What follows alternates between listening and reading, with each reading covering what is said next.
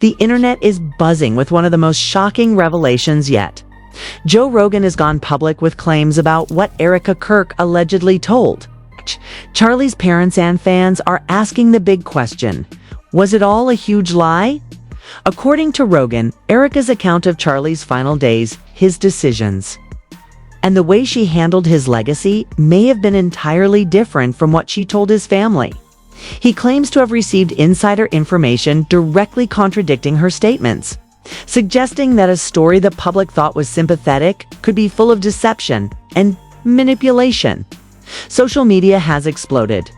Hashtags like #Erika Kirk exposed, #CHARLIES parents lie, and #Joe Rogan truth is trending on X, TikTok, and Instagram. Clips of Rogan teasing private messages and conversations between Erika and Charlie's parents are going viral. Viewers are left asking, what did she really tell them? And how does it compare to the truth that Rogan claims he knows? The implications are huge. If these revelations are accurate, Erika's image as the grieving widow could be completely shattered. Her credibility would be in question, and the entire narrative surrounding Charlie's death could be rewritten. Fans are divided, some defending her, others calling out manipulation, but one thing is undeniable. This story is far from over. The world is watching closely as more details emerge. And every new revelation only makes the situation more explosive. The moment Joe Rogan dropped his latest episode, the internet practically exploded. Fans had come to expect his deep dives and controversial takes. But this one was different. This one cut straight to the heart of a very personal and explosive story. Joe began by setting the stage, explaining that what he was about to reveal involved Erika Kirk and what she told Charlie Kirk's parents after his sudden passing. The gravity in his voice left listeners leaning forward, holding their breath. "This isn't just gossip," Joe began, his tone serious and deliberate. "This is about information that was shared privately, supposedly to keep family and friends informed, but it appears it wasn't the full truth. In fact, it may have been a complete misrepresentation." He didn't name names immediately, letting the tension build, but everyone knew who he meant. "I've had sources close to Charlie's family reach out to me. They told me things that completely contradict what Erika has publicly claimed and what she supposedly told his parents. This isn't small stuff. It's major." Listeners immediately erupted on social media. Hashtags like #Erika lied and #Joe Rogan exposes were trending within hours. Forums and threads lit up with speculation. What could she have possibly said to Charlie's parents? And if Joe's claims were accurate, why would she lie? Joe proceeded to explain the first inconsistency. He said that Erika had described Charlie's final wishes in a way that painted her as the loyal, grieving widow, dutifully carrying out his plans. But according to Joe's sources, the reality was starkly different. Some insiders claim Erika had presented a version of events that conveniently enhanced her image and omitted key details about financial decisions, political communications, and personal interactions that might have reflected poorly on her choices. What she told them, Joe said, made her look like she was preserving Charlie's legacy perfectly. The truth: there were discrepancies that no one should overlook. I emphasize that these discrepancies weren't just minor omissions. They were deliberate narrative changes that shaped the perception of Charlie's final days, his business dealings, and even his relationships. Fans were stunned. Many had sympathized with Erika, seeing her as a woman devastated by the sudden loss of her husband. But as clips from Rogan's episodes circulated online, questions started to surface. Was she manipulating the truth to appear more loyal? Was she controlling the narrative to maintain power and influence in Charlie's absence? The skepticism was palpable. Joe then shared details from a leaked conversation between Erika and one of Charlie's close associates. In that conversation, she allegedly discussed how to frame certain events to his parents in a way that wouldn't worry them and would maintain their trust. Joe explained that this raised serious questions. Was she acting in the family's best interests?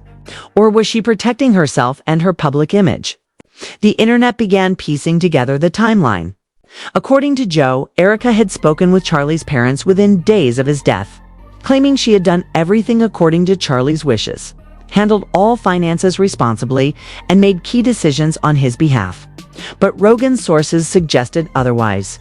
Multiple insiders hinted that Erika had overstepped her authority in ways that could have long-term consequences for the family, including undisclosed communications with political figures and media outlets about Rogan's state and legacy. Social media reacted immediately. TikTok videos dissected every word of Rogan's podcast clip. Reddit threads offered step-by-step analyses of Erika's alleged actions. Fans were divided, some defending her, saying she was simply navigating an incredibly difficult situation, while others accused her of deliberate deceit. The debate was intense and highly charged. Rogan also addressed why he waited to share this information. "I didn't want to throw this out there lightly," he explained. "I know the weight of family matters. But when I received verification from multiple sources, people who were directly involved, it became clear the public needed to know the truth. This isn't about attacking Erika. It's about accountability and understanding the real story." He then touched on Candace Owens, noting that she had long hinted at inconsistencies in Erika's narrative. Candace has been raising questions for months, suggesting that some of what Erika claimed didn't line up. People dismissed her, but the evidence she hinted at is now starting to surface, Joe said. And that's when it becomes clear the story is far more complex than anyone thought.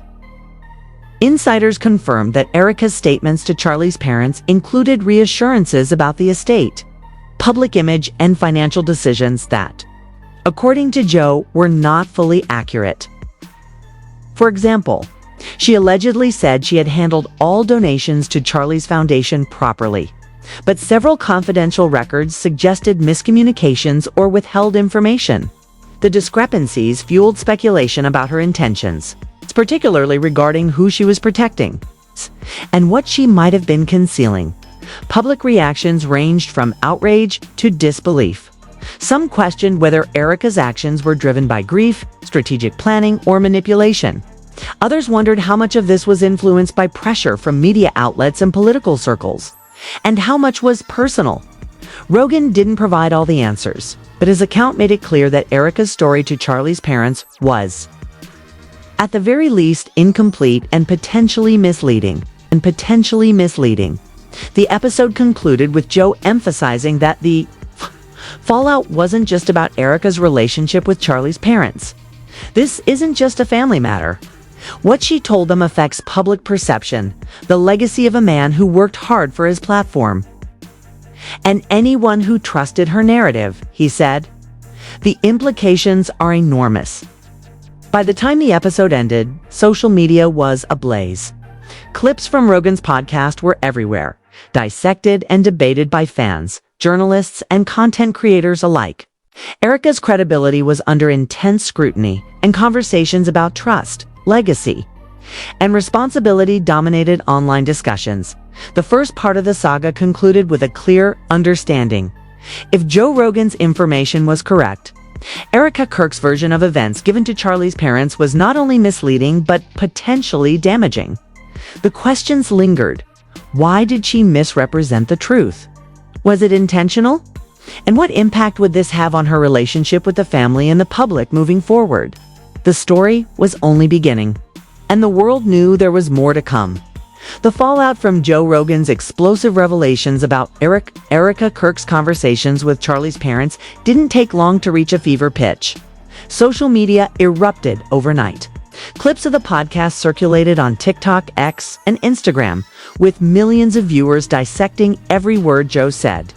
Some fans were outraged, accusing Erika of deliberately deceiving Charlie's family, while others defended her, insisting she was simply navigating an impossible situation in the wake of her husband's death. The debate quickly became one of the most talked about controversies of the year. According to Joe, the discrepancies between what Erika told the parents and what actually occurred were significant. He revealed that Erika had allegedly framed certain financial and personal decisions as being in Charlie's best interests. While behind the scenes, some insiders claimed she was acting in ways that prioritized her public image and personal gain. One insider described Erika as careful with her words, but very strategic in her actions, indicating that the narrative presented to Charlie's parents might not have reflected the reality of her decisions. Fans began analyzing the timeline of events. Within days of Charlie's passing, Erika reportedly informed his parents that all aspects of his estate were settled and secure, that she had handled donations responsibly, and that every decision she made aligned with Charlie's wishes. But Joe's sources suggested that several key conversations had been altered or misrepresented. There were claims of private agreements with political contacts, media personnel, and other influential figures that were never disclosed to the family. The revelations sparked heated debates online. Some argued that Erika was protecting the family from unnecessary stress, while others insisted that withholding critical information constituted a serious betrayal. Reddit threads dedicated to the controversy dissected leaked messages, emails, and alleged insider testimony. Analysts and commentators speculated about the extent to which Erika had manipulated the narrative for her advantage. Joe Rogan didn't hold back in his commentary. He pointed out that while Erika's grief was undeniable, the inconsistencies in her account could not be ignored. There's a difference between grieving and misrepresenting facts, he said.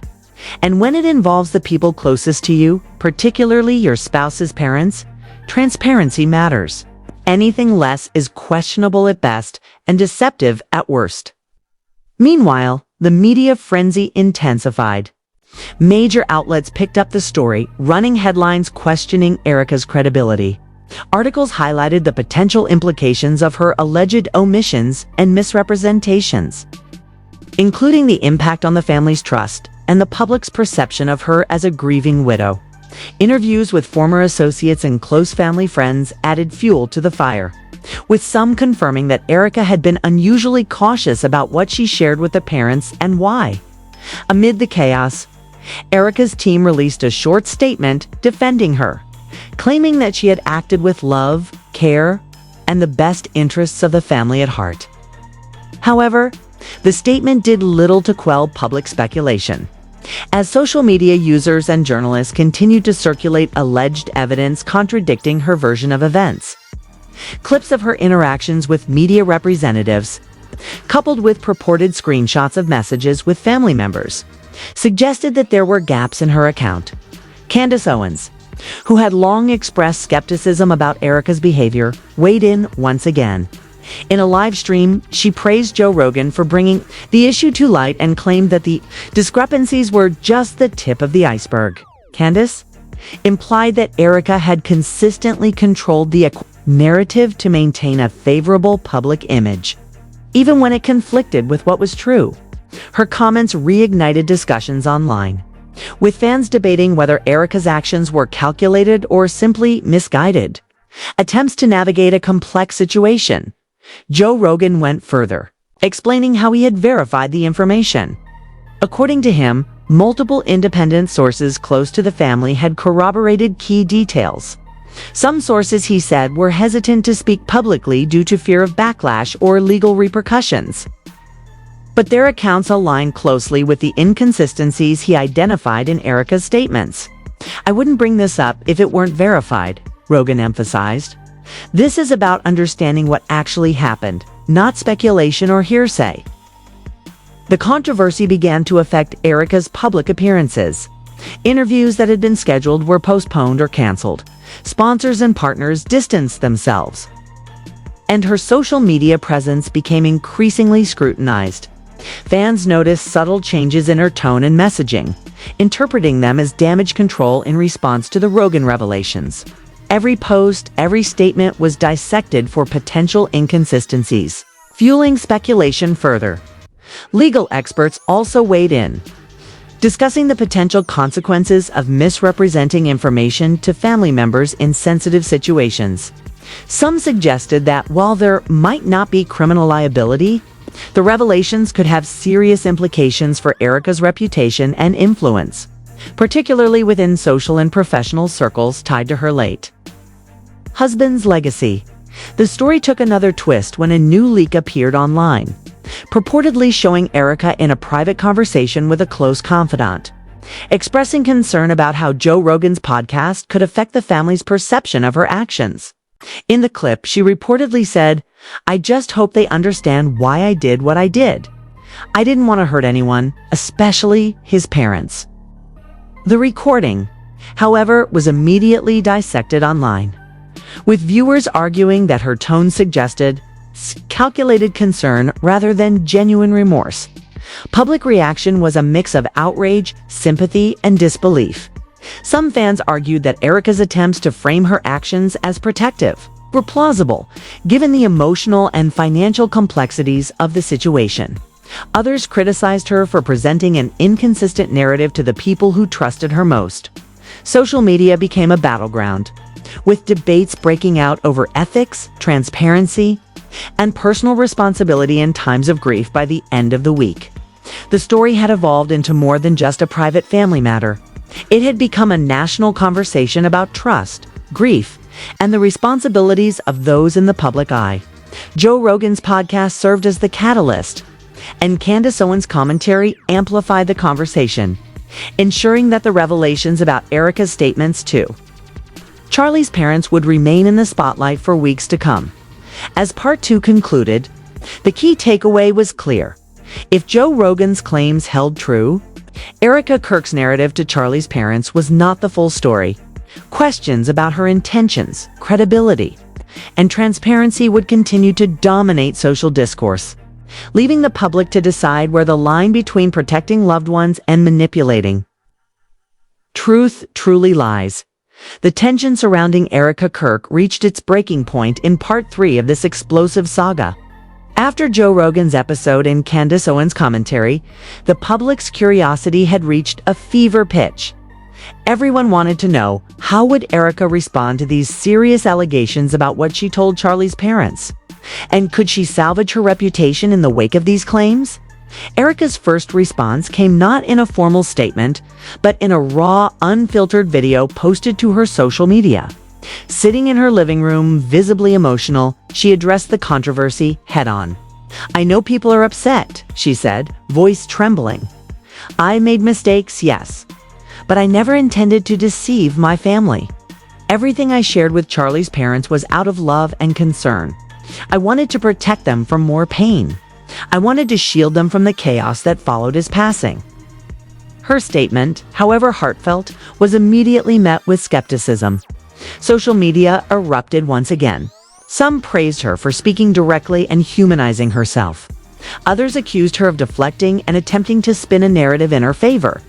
Clips from Joe Rogan's podcast circulated alongside Erika's video, highlighting the discrepancies and fueling debates over her credibility.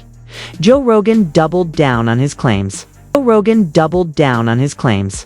He released additional context from his sources, emphasizing that Erika's omissions and narrative choices were not minor, but could significantly impact the family's understanding of events. "I'm not here to attack her personally," he said, "but when someone presents a version of events that doesn't align with verified facts, especially to grieving parents, it has consequences." Candace Owens further escalated the situation. During a live session, she dissected Erika's video line by line, pointing out perceived inconsistencies and emphasizing that the truth had already been revealed through verified sources. Her commentary added another layer to the debate. Were Erika's explanations genuine? Or were they a calculated attempt to control the narrative after being caught in a lie? Meanwhile, new leaks began surfacing, allegedly showing text exchanges and emails that contradicted Erika's statements. One particular set of messages suggested that Erika had privately assured certain media contacts that she was in control of how Charlie's story would be portrayed. This fueled claims that she had prioritized public perception over honesty with his parents. The story quickly became a media firestorm. Major outlets ran headlines questioning Erika's credibility and highlighting the potential implications of her alleged misrepresentation. Analysts discuss the ethical considerations of sharing selective truths with family members versus the public, debating whether Erika's actions were defensible or outright manipulative. Fans were divided. Some argued that Erika had been under immense pressure and was simply trying to navigate an impossible situation with grace. Others insisted that her actions were calculated and that she had deliberately controlled the narrative for personal gain. Social media feeds were filled with arguments, memes, and reaction videos dissecting every word, facial expression, and nuance of her video. Adding to the chaos, Erika's team reportedly began consulting legal advisors. They explored potential defamation claims against Joe Rogan, Candace Owens, and media outlets circulating the leaks. But legal experts cautioned that filing such suits could backfire, opening up discovery processes that might expose even more private communications and intensify public scrutiny. As Part 3 progressed, the public saw the full fallout. Sponsors distanced themselves, appearances were canceled, and her social media engagement became a mix of supportive messages and criticism. Friends and acquaintances began speaking anonymously to the media, further complicating the narrative. Some confirmed her attempts to frame events in a favorable light, while others defended her intentions, describing her as protective and grieving. Joe Rogan addressed the mixed reactions in a follow-up podcast. He reiterated that the purpose of his episode was not personal attack but transparency. People need to understand what was actually said versus what was portrayed, he explained. This isn't just about Erika. It's about accountability and the impact of narrative on those directly involved.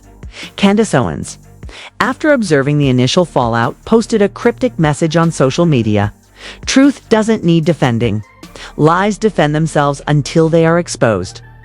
The statement was interpreted by many as a direct challenge to Erika, suggesting that Candace's investigation and commentary would continue to uncover inconsistencies. The public scrutiny reached a new height when additional insider sources came forward, providing context to Erika's private communications. These sources suggested that she had repeatedly emphasized certain narratives to maintain a perception of competence and stability, potentially minimizing the full extent of decisions she made in the aftermath of Charlie's passing. Erika, under increasing pressure, tried a different approach.